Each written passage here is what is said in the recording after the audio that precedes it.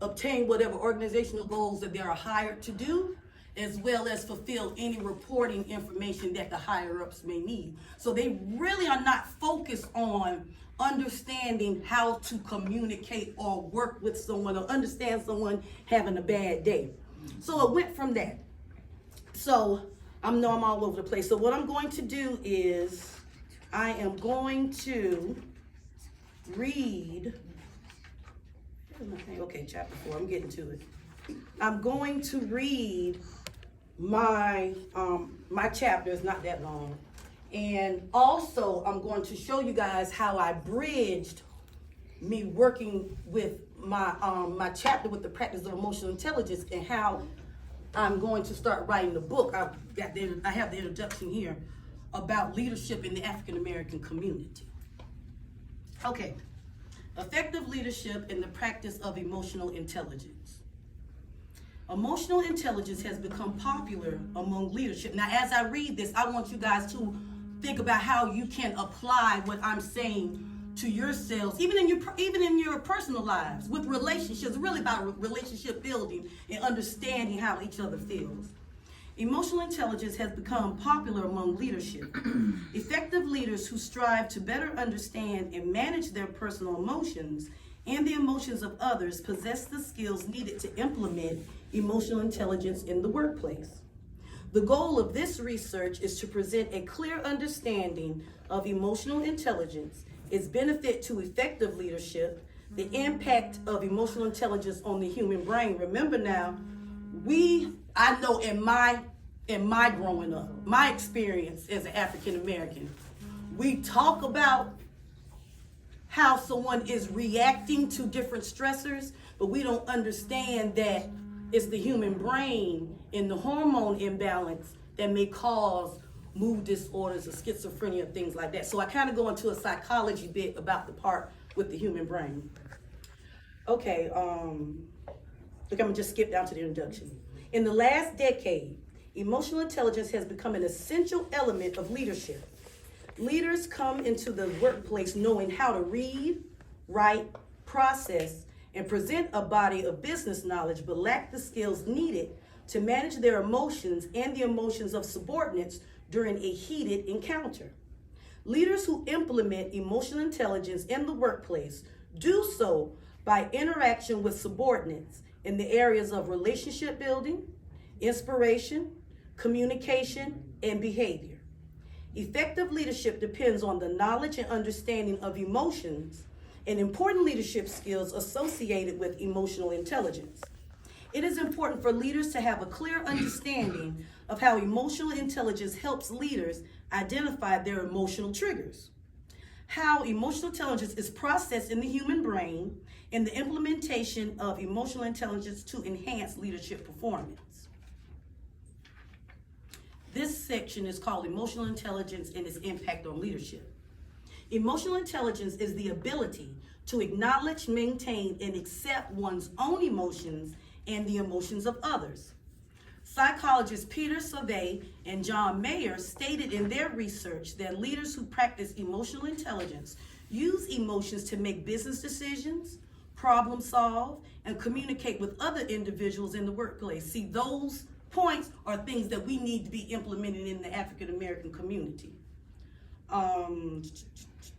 Emotional intelligence helps leaders gain a clear understanding of how to adjust one's emotions to create trust when building relationships with subordinates. Emotional intelligence can be used as an effective leadership tool to emotionally connect, inspire, and encourage subordinates in the workplace. Productive leadership performance is a result of implementing strong emotional intelligence skills.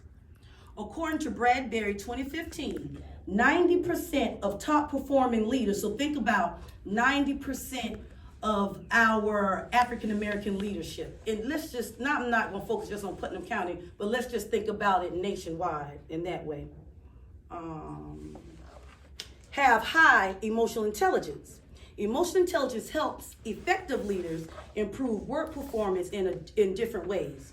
Effective leaders can combine their mental abilities and emotional intelligence to perform job duties instead of being negatively influenced by emotional interactions with subordinates. Work performance and emotional intelligence can positively impact leaders when emotional impulses are controlled and distractions are avoided to achieve performance goals. Now, this is the section called the reptilian, feeling, and rational brain on emotional intelligence. Emotions have the potential to overload the brain and cause an individual to feel negative or positive feelings. Depending on the individual's life experiences, one may feel frustration, disappointment, joy, pleasure, or rage when their brain is in emotional overload.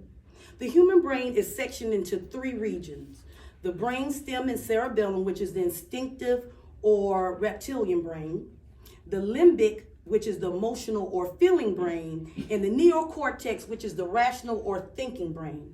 Emotional intelligence is processed in all 3 regions. For example, the brain stem and cerebellum region, an individual encounters a stimulus or a memory that makes the region go into autopilot, that feeds off our instinctive behavior of fear or disappointment, pain, things of that nature.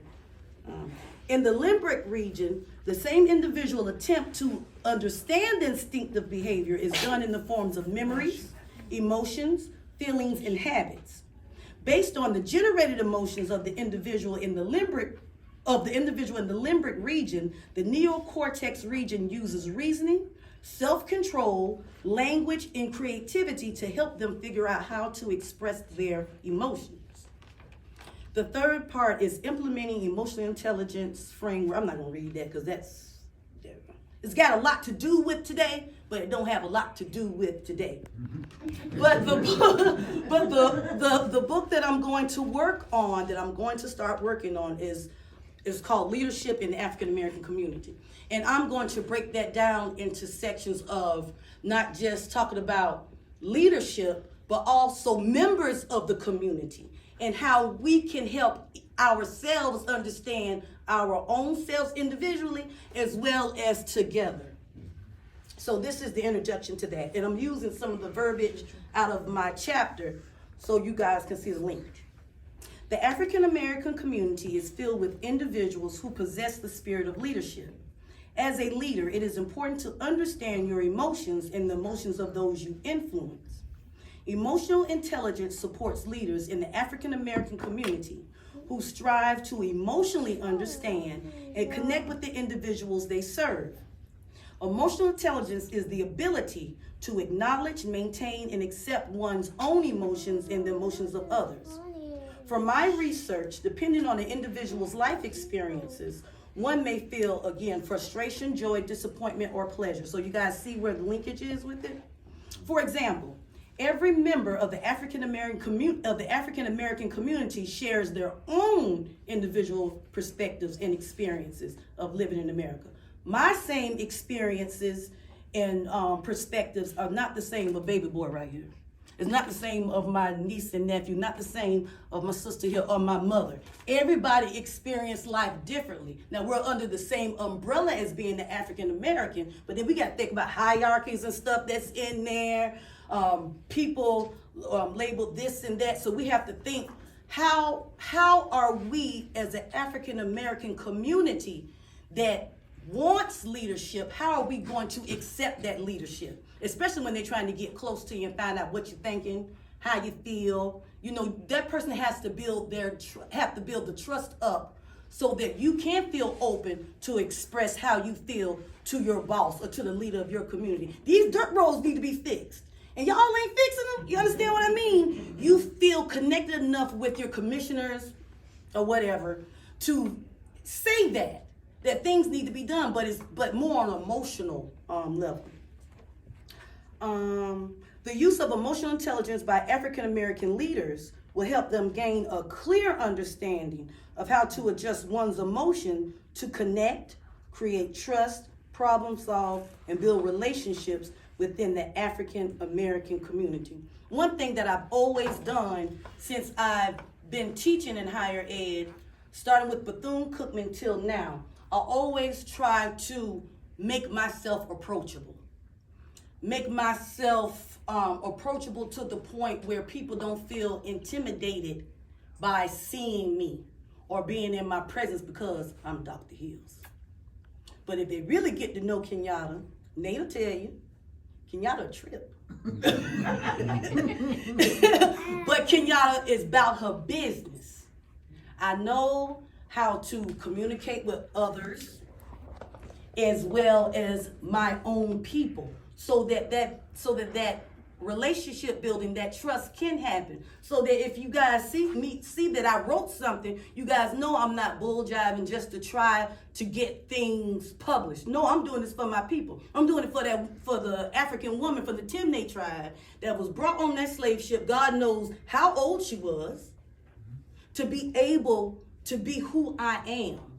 Understand what I mean? So, in other words, this book is teaching leadership executives how to connect with their employees.